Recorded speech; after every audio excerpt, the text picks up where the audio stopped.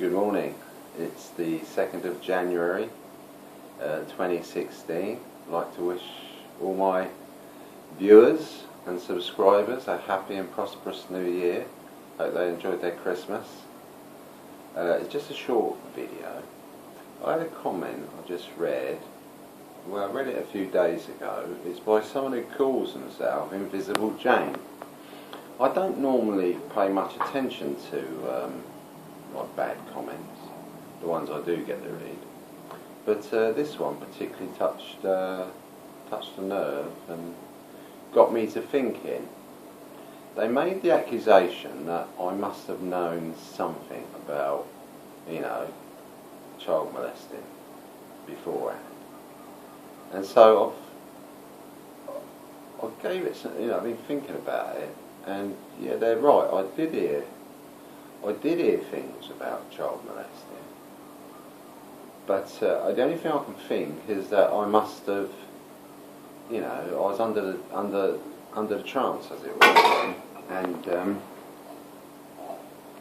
I was under the trance, and maybe was reassured that Jehovah would sort it out and it would be done. The first mention I can remember is my brother-in-law lived in Chatham, and the presiding overseer's son, who I believe was pioneering, was invited on holiday to Florida with this young family, with their young children.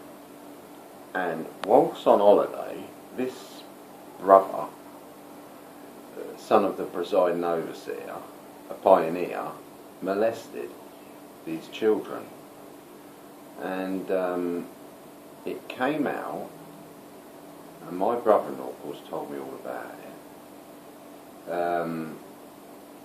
The family fell away because nothing was done about it. The presiding overseer of course covered up for his son. I think they eventually moved. This presiding overseer had funny eyes. He had real funny eyes. He did. Real creepy bloke.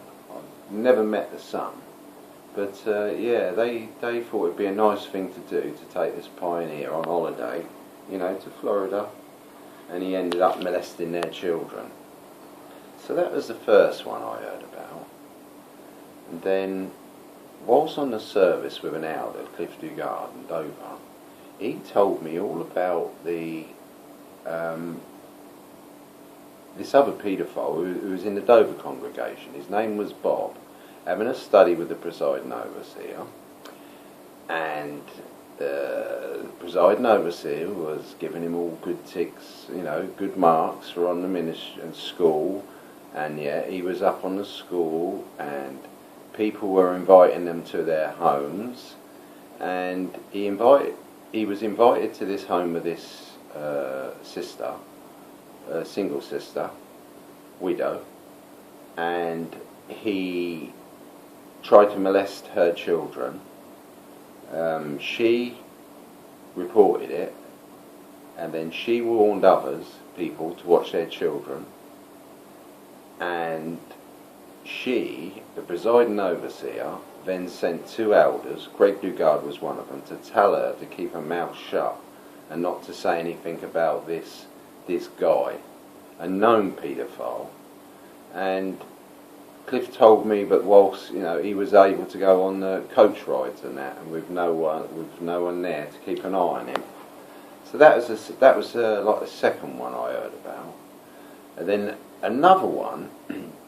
I lived in a little village outside Dover, and an elder, Tony Gray, phoned me up and told me that a brother who just moved in around the corner was suspect, and that I was not to let my children play with him, which I appreciated. He told me. He told me that for some reason notes had come, and the elders were all aware of what he was and what he'd done. But he was telling me privately, off his own back, because I live just around the corner, to keep an eye on my kids, which, So there's another one. This fella, apparently, he was a known child molester, was in a congregation, maybe Ashford, and there was a single sister there with children, and the elders allowed him to go for a courtship, knowing that he was a child molester, and allowed him to stood by, let him go through this courtship with this, poor unmarried sister, single parent sister, and allowed him to marry her and go on to molest her children. That's what they do. That's what they've done. So how many is that? Is it 1, 2, 3? And then when I was thinking, about other things that I'd heard of over the years, and I got to thinking of a dear old friend I know. This is going back quite some years now, maybe 15, 20 years ago. This brother was a special pioneer in Bolivia. He'd been out there pioneering, and he had to come home. He told me personally that he had seen something going on in Bolivia, something about how the money was used or something, and he mentioned about it. Eventually was sent home, and then he told me that the elders locally were, going to disfellowship him for whatever. He didn't say what it was, but he was so depressed, and later on, a few weeks later, the guy hung himself. It was a dreadful, dreadful thing, dreadful shock. Yeah, but it must have been pressure from, put on him by these elders. Yeah, they were apparently were having him before something judicial because of what he'd seen or said in Bolivia. Yeah, that's how they treated. He'd served a long time out there. Lovely fella he was. And hung himself, took himself to his sisters and hung himself. Yeah, I believe because of direct pressure put upon these elders put upon him. So that's 2. There was another one. Yeah, so sad, isn't it? So just that negative comment got me thinking to all those, what I had heard. And the only thing I can think is that I was under the belief that Jehovah would sort it out. And of course, as we all know now, he doesn't sort it out. But there you go. Hey, I was thinking I'd like to make a prophecy. I'd like to prophesy that the 2-witness rule is gone this year. Yeah. I've got to be more successful than the Watchtower Bible and Tract Society on their prophecies, eh? I reckon that 2-witness rule is going to be changed. And they may even come out with a directive that they must report things straight to the police. I believe because Watchtower are on the run. I reckon we got them. I reckon 2016 is going to be a March year. We're certainly going to have a big time in the assembly season. We're planning loads. We're going to try to do most of the assemblies, and we're not going to make it so easy for them this time. We can't let on anymore. Don't give away any of our strategic actions. No, we've got plenty planned, and we're looking forward to it. So 2016, I'd like to thank all my subscribers for their watching, putting up with my silly videos. I was something else I wanted to say. I was talking about my prison experience, wasn't I? Someone found it hard to believe that these prison officers would do such a thing, but they do. And why it's so dangerous? What was my real concern is that I'd seen over the weeks I've been there, people come into prison. They're on medication from their doctor, been on medication for years, some of them bipolar, all kinds of conditions, even heart conditions. And when they get into prison, it seems to be practice that they make them wait for about 4 weeks before they start them on their medication. And you can imagine that these people, they're all cold turkey. You can see them. I used to walk around the exercise yard with one fella. He'd murdered his wife. He was bipolar. and he was saying that he was begging for his tablets, and that he was seeing all kinds of things, and the fella in his room, he reckoned, in his cell, had been was in there for chopping someone up, and he was saying he can't sleep at night and stuff. You know, so it's these people that the prison guards were whispering into their ears. You know, this guy's a rapist. You know, and you know it's so dangerous. All these guys, and if they want to get on with the guards, you know, they do things for them. And I'd seen it. I'd seen them chase a few fellas down and give them a good hiding. If you can't prove why you're in there for, you've had it. I was just fortunate enough that I'd kept some of my paperwork, and it showed, yeah, that I was in there for public order offences, simply public order offences. But these prison guards, they're civil servants, you know, and some of the things that are going on in there are shocking. You know, you have to listen to people getting beaten to death. Well, beaten, you know. It seems like they're being beaten to death to me, screaming and crying in the middle of the night. Oh, it's awful. And there's not much you can do about it, you know, other than keep banging and shouting, which I did a lot of. I also had another death threat against me by there's a low in prison as the English Defence League, EDL, and one night I was we got a big courtyard, you know, in like a C shape, and there's like the exercise yard, and everybody talks out their windows, you know me and my big mouth, everybody can hear me. So I was out there telling someone why I was in there, and I was explaining that Watchtower had shares in a company that dropped, you know, had drone aeroplanes dropping bombs on innocent women and children living in mud huts. Anyway, someone must have taken it the wrong way and got to the idea that I was some kind of racist, and you know, maybe saying they should drop bombs on these people in mud huts. Anyway, this fella came to me. You know, one of these fellas got a presence about him, you know, hard case presence. He was a brother, and he was stocky, man was he big. And he come over to me, he said he wants to talk to me, you know. So I said, yeah, sure. So we went into the cell, shut the door behind us, and he says, what's all this about, you know, you saying about men and women dropping bombs on people living in mud huts, you some kind of racist. And I put him right that, you know, I wasn't, and he'd obviously got the wrong idea about me, and I certainly wasn't a bloody racist. Anyway, he accepted that, and that was forgotten about. And then this other lad, I got on with this lad, and he came up to me, and he was in a real mood, he was, because they had put a young black fella in his cell, and he was saying, you know, he hated it. He didn't want this black fella in his cell. He's a EDL member, you know, and he was like whispering all this to me. And I said to him, look, mate, I'm no racist, and I don't particularly spend any time with racists, so and left him, you know.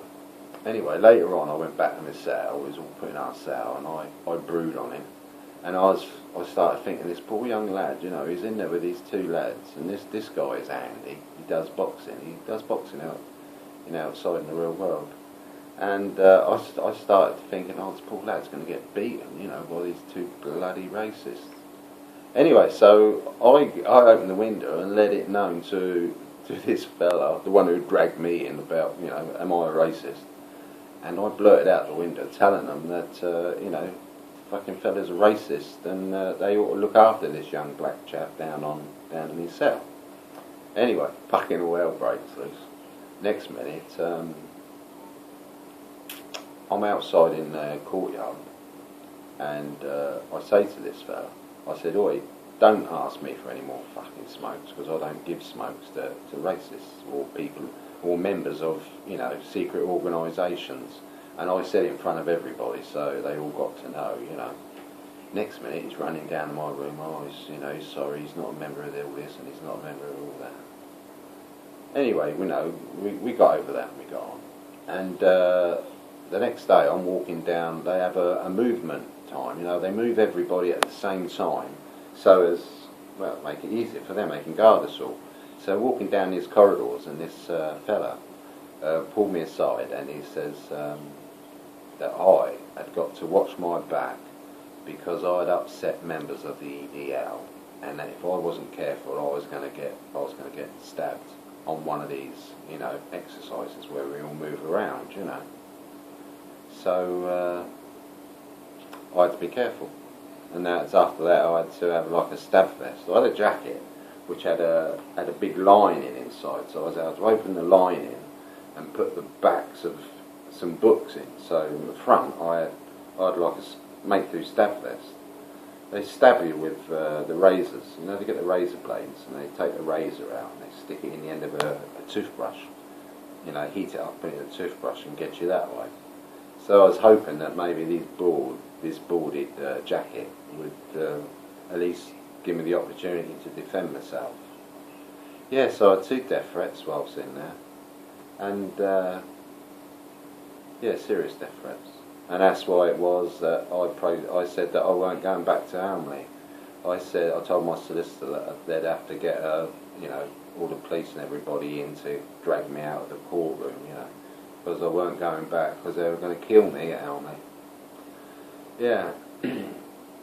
Anyway, so that was 2 death threats, and see a lot of terrible things going on in there. A lot of things, couldn't possibly tell you because of all the money and all that that's being made by these prison guards.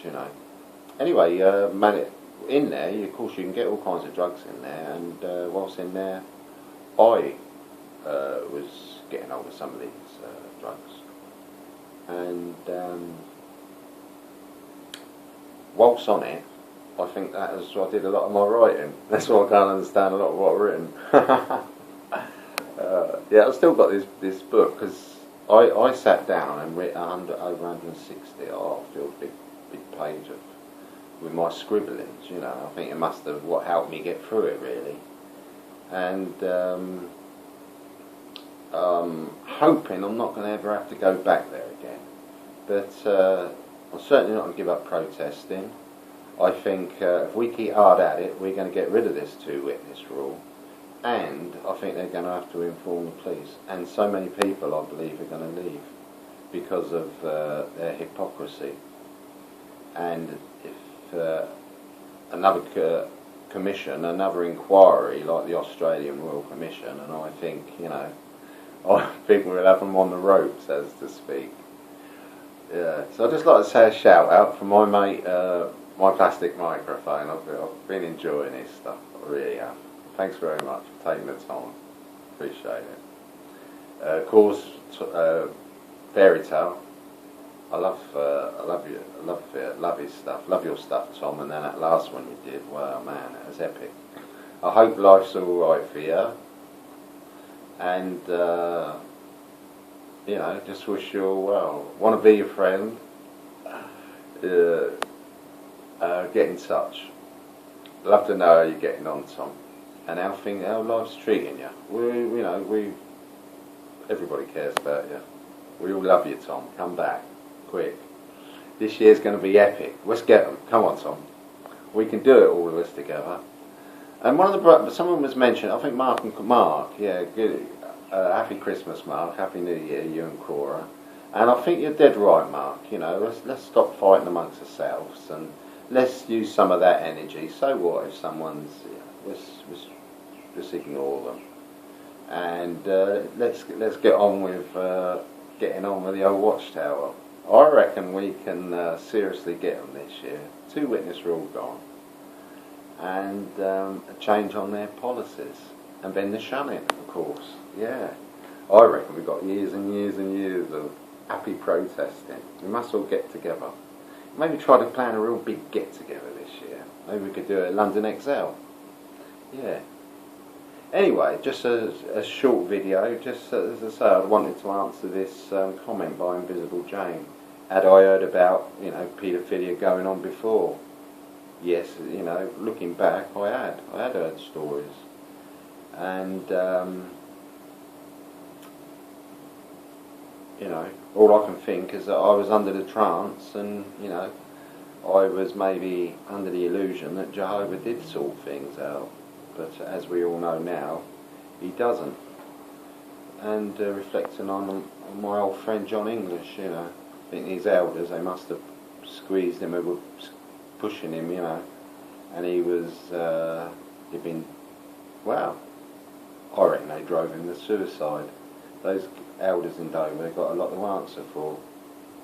Yeah, when I think back about some of the things they've done, like poor old Bert Jarvis, an old fella, they stole his house off him. Yeah, and then disposed of it in a secret auction or something. They do a secret auction, private auction. Yeah, there's been lots of things. I'm going to carry on with my prison experiences. I've got some more. I'd have to get my notes out, so I'm going to get my notes out and see if I can't. I've been trying to forget all about it and put it behind me, but now on the other side it doesn't seem so bad now. Anyway, I'm still aching, and I haven't heard anything from my solicitors yet, but I'm still aching over there, blinking attacking me in London Excel. They pulled all my ligaments, you know, everything's still not right. This warm weather's helping me. But it's just a message and to say, wish everybody watching and all the subscribers, a merry happy Christmas. Thank you for your support. Thank you for all your kind comments. And look to make some nice, more good movies for you in the coming months. So stay tuned, and a happy and prosperous New Year. Goodbye.